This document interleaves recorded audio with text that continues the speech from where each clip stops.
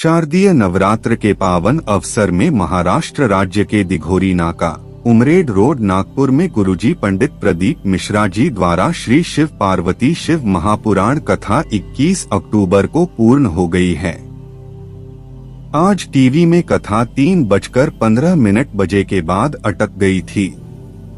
अगर आपके यहाँ भी अटकी थी तो आप कमेंट के जरिए हमें जरूर बताएं, जिस कारण हजारों लोगों ने कथा का पूरा अस्तित्व प्राप्त नहीं कर पाया है। तो इस छोटे से वीडियो में हम आपको उस समय में जो गुरुजी ने जानकारी दी है वह भी बताने वाले हैं और पूरी कथा की जानकारी आपको छोटे से वीडियो के माध्यम से समझाने वाले हैं। दोस्तों, आप सभी से अनुरोध है कि चैनल धर्मलोक को सब्सक्राइब और वीडियो को शेयर जरूर कीजिएगा। दोस्तों, आज की कथा बहुत अधिक रोचक जानकारियों से भरपूर थी, जिसमें गुरुजी ने काफी अच्छे पत्र पढ़े हैं। साथ ही गुरुजी ने विजयदशमी के दिन करने वाला एक छोटा सा आसान उपाय की जानकारी दी है, जिसे कर देने से घर में कभी भी धन संपदा की कमी नहीं होती है। यह विशेष उपाय आपको इस वीडियो के अंत में करके बताने वाले हैं। साथ ही गुरुजी ने शिवलिंग पर एक विशेष स्थान होता है जहां पर स्पर्श मात्र कर देने से आपकी मनोकामना शीघ्र अतिशीघ्र पूरी होती है। यह बिल्कुल नया स्थान है जिसकी जानकारी गुरुजी ने इसी शिव महापुराण कथा में दी है। यह भी हम आपको वीडियो के माध्यम से समझाएंगे ताकि वह स्थान में आप स्पर्श करके अपनी मनोकामना पूरी कर सकें। आज के अक्टूबर 5वें और अंतिम दिन की कथा में गुरुजी ने कुल 12 उपाय, पत्र और उपयोगी जानकारियां दी हैं। सभी की जानकारी हम आपको इस वीडियो के माध्यम से दे देंगे।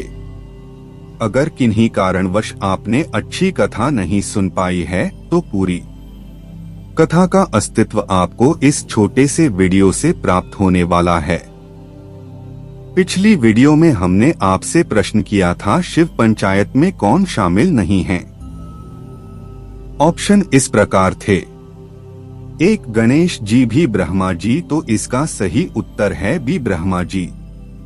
अब शिव पंचायत में कौन कौन शामिल है पर आप भी समझ लीजिए। शिव जी, गणेश जी, विष्णु जी, सूर्य नारायण जी और माता जगदम्बा भवानी। अब करते हैं आज तक की पहली विशेष जानकारी की ओर। गुरुजी ने बताया संजीवनी मंत्र। अगर किसी मरते हुए के कान में बोल दिया जाता है तो वह मर नहीं सकता। मरे हुए के कान में बोल देने पर संजीवनी मंत्र का यह प्रभाव होता है कि मरा हुआ व्यक्ति भी जीवित हो जाता है। यह मंत्र सिर्फ और सिर्फ देवाधिदेव महादेव के पास है। बढ़ते हैं चिकित्सा की दूसरी विशेष जानकारी की ओर। गुरुजी ने कुछ मंत्रों की जानकारी देते हुए कहा: नमः शिवाय, ओम नमः शिवाय, श्री शिवाय नमस्तुभ्यं और महामृत्युंजय मंत्र। शिव महापुराण की कथा कहती है, संसार में भोलेनाथ के जितने भी मंत्र हैं वे सभी संजीवनी मंत्र का कार्य करते हैं और व्यक्ति उनके द्वारा अपने जीवन को उन्नति की ओर ले जाने का कार्य कर सकता है। शंकर भगवान का एक भी मंत्र कमजोर नहीं है। भोलेनाथ का एक भी मंत्र खाली नहीं जाता है। आप भले ही काम करते करते कोई मंत्र बोल रहे हैं। शास्त्र कहता है, अगर किसी व्यक्ति के मुख से 1 वर्ष और 11 दिन मतलब एक पूरा वर्ष, उसके बाद 11 दिन और 1 वर्ष और 11 दिन का उच्चारण उस मंत्र का हो जाता है तो वह मंत्र सिद्ध हो जाता है। अब आपको इस मंत्र का उच्चारण 1 वर्ष और 11 दिन कर सकते हैं। आप नमः शिवाय या फिर ओम नमः शिवाय या फिर श्री शिवाय नमस्तुभ्यं या फिर महामृत्युंजय मंत्र, कोई भी एक मंत्र को आप चयन कर सकते हैं और उसका रोज उच्चारण कर सकते हैं। आपको प्रतिदिन कम से कम 11 या 21 बार उस मंत्र का उच्चारण करना है। ऐसा लगातार 1 वर्ष 11 दिन तक करने से मंत्र सिद्ध हो जाता है, और वह मंत्र सिद्ध हो जाता है तो वह मंत्र आपके जीवन का कल्याण कर सकता है, और मंत्र का उच्चारण करने के लिए कोई नदी तट में जाने की जरूरत नहीं है। आप कहीं पर भी मंत्र का उच्चारण कर सकते हैं। कार्य करते करते हुए भी आप बोल सकते हैं नमः शिवाय, ओम नमः शिवाय, नमः शिवाय, ऐसे मंत्र का उच्चारण किया जा सकता है। बढ़ते हैं आज की कथा की तीसरी विशेष जानकारी की ओर। गुरुजी ने कहा, कथा सुनने के लिए कथा पंडाल में लगभग 5 से 6 लाख लोग आते हैं। जब कभी भी एक साथ सभी लोग श्री शिवाय नमस्तुभ्यम मंत्र का जाप करते हैं तो एक बार में लगभग 30 लाख बार श्री शिवाय नमस्तुभ्यम मंत्र का उच्चारण हो जाता है।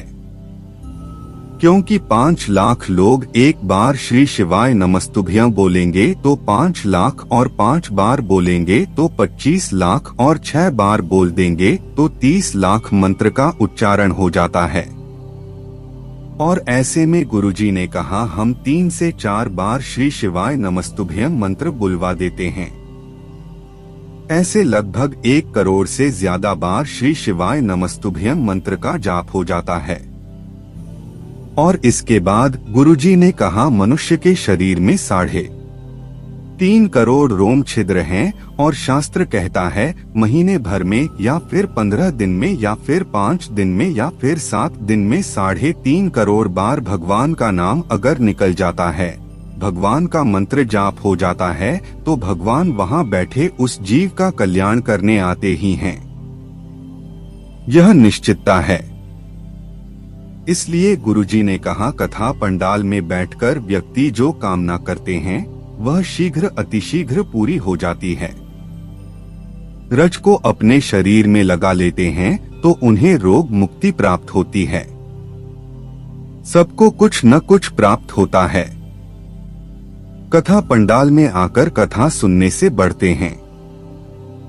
आज की कथा की चौथी विशेष जानकारी की ओर गुरुजी ने बताया गंगा, काशी और विश्वनाथ, अगर यह 3 नाम स्मरण हमारी जिह्वा द्वारा हो जाता है, मतलब हम 3 नामों का स्मरण कर लेते हैं। कौन कौन से 3 नाम है? गंगा, काशी और विश्वनाथ। इनका स्मरण अगर हम कर लेते हैं तो इस संसार में बार बार हमारा जन्म नहीं होता है और हमें मुक्ति हो जाती है। बढ़ते हैं आज की कथा की 5वीं से जानकारी की ओर। गुरुजी ने पशुपतिनाथ व्रत की जानकारी देते हुए बताया कई माताएं बहनें सोचती हैं कि शादी के बाद ससुराल वाले पशुपतिनाथ व्रत नहीं रखने देते हैं, तो ऐसे में मैं मायके में जाकर पशुपतिनाथ व्रत रख लेती हूँ। इस पर गुरुजी ने कहा शादी के बाद नारी मायके में जाकर पशुपतिनाथ व्रत नहीं रख सकती, क्योंकि आपका गोत्र बदल गया है, आपका कन्यादान हो गया है। इसलिए मायके में जाकर आप पशुपतिनाथ व्रत नहीं रख सकते। पानी का पात्र, पानी का जो परिंदा होता है, वहां से पानी नहीं ले सकते, क्योंकि वहां पर जो पितरों का वास है वह आपके मायके वालों का है, और आप अपने कमाए पैसों से पशुपतिनाथ व्रत रख सकते हैं। आप ससुराल वालों के पैसों के साथ पशुपतिनाथ व्रत रख सकते हैं, पर आप मायके का कुछ भी लेकर पशुपतिनाथ व्रत नहीं रख सकते। अगर आप इन बातों का ध्यान नहीं रखते हैं तो फिर आप बोलते हैं कि मैंने पशुपतिनाथ व्रत किया पर मेरा को उसका फल नहीं मिला। यही गलतियां आप करते हैं। बढ़ते हैं आपकी 6वीं विशेष जानकारी की ओर। 24 अक्टूबर अश्विन शुक्ल दशमी मतलब विजयदशमी।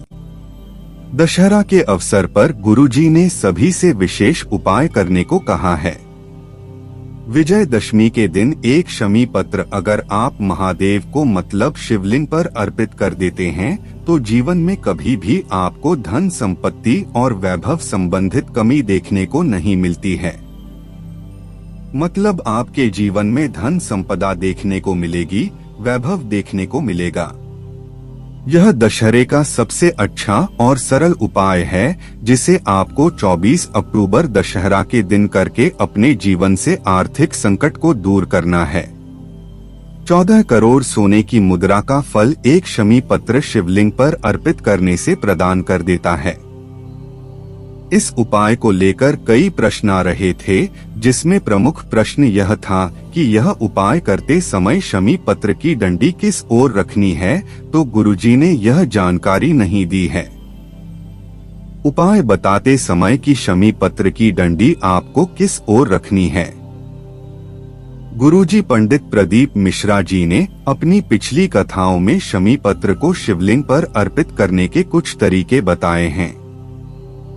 उसी के अनुसार हम आपको जानकारी दे रहे हैं कि अगर आप विजयदशमी में शमी पत्र को शिवलिंग पर अर्पित करना चाहते हैं तो इस प्रकार से अर्पित करें कि बेलपत्र की डंडी जलाधारी की ओर हो।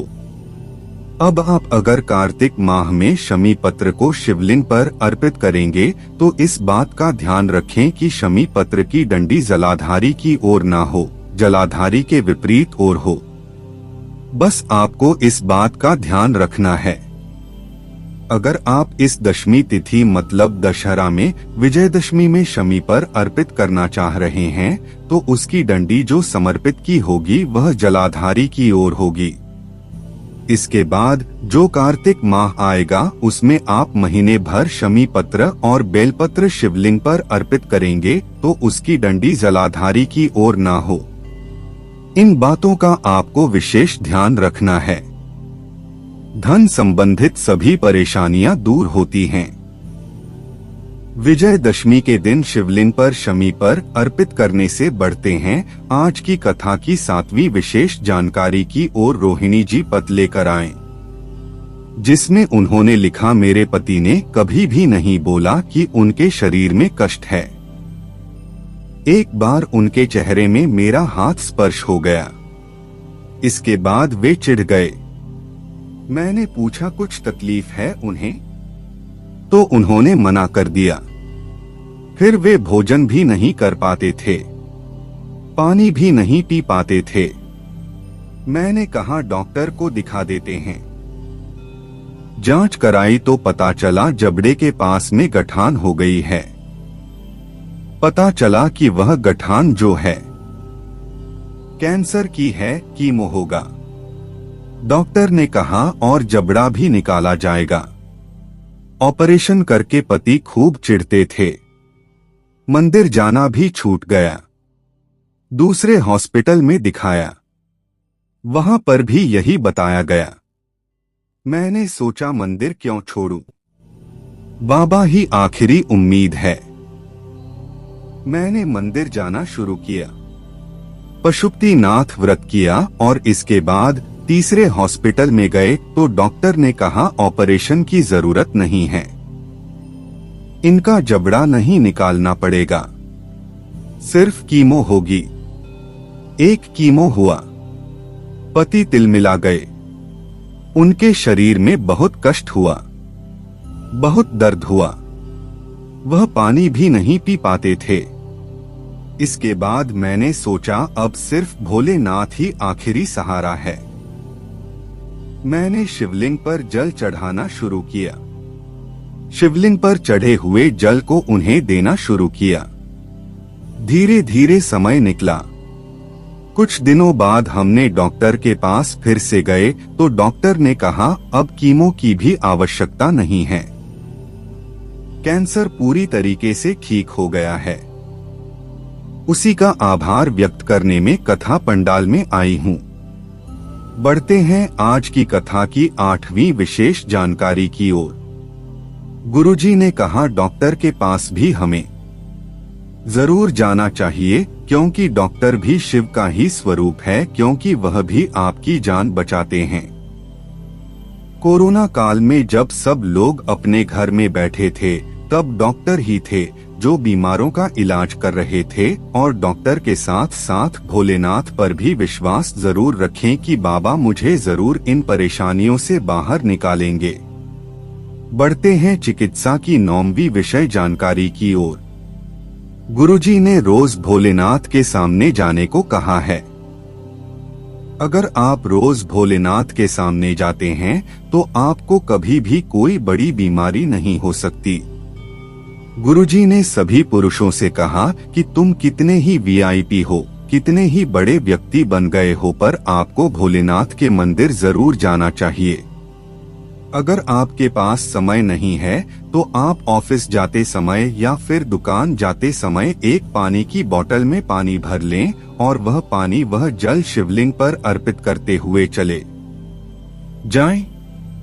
जीवन में सुख और शांति का अनुभव जरूर होगा, यह निश्चितता है। बढ़ते हैं कथा की 10वीं विशेष जानकारी की ओर। ममता जी पत्र लिख रहे, जिसमें उन्होंने लिखा, मेरे पति की नाई की दुकान है जो किराए की थी, जिसका भाड़ा हमें देना होता था। घर में 2 छोटे छोटे बच्चे थे, उनकी शिक्षा भी हमें बहुत भारी पड़ रही थी। घर में खाने को भी नहीं था। मेरी बहन ने टीवी में शिव महापुराण कथा सुनने को कहा। फिर मैंने मेरे पति से कहा, तुम्हारे लिए मैं एक पानी की बोतल तो भरती हूँ, एक पानी की बोतल और भर दूंगी, उसका जल तुम शिवलिंग पर अर्पित करते हुए चले जाना। और उन्होंने ऐसा ही करना शुरू किया।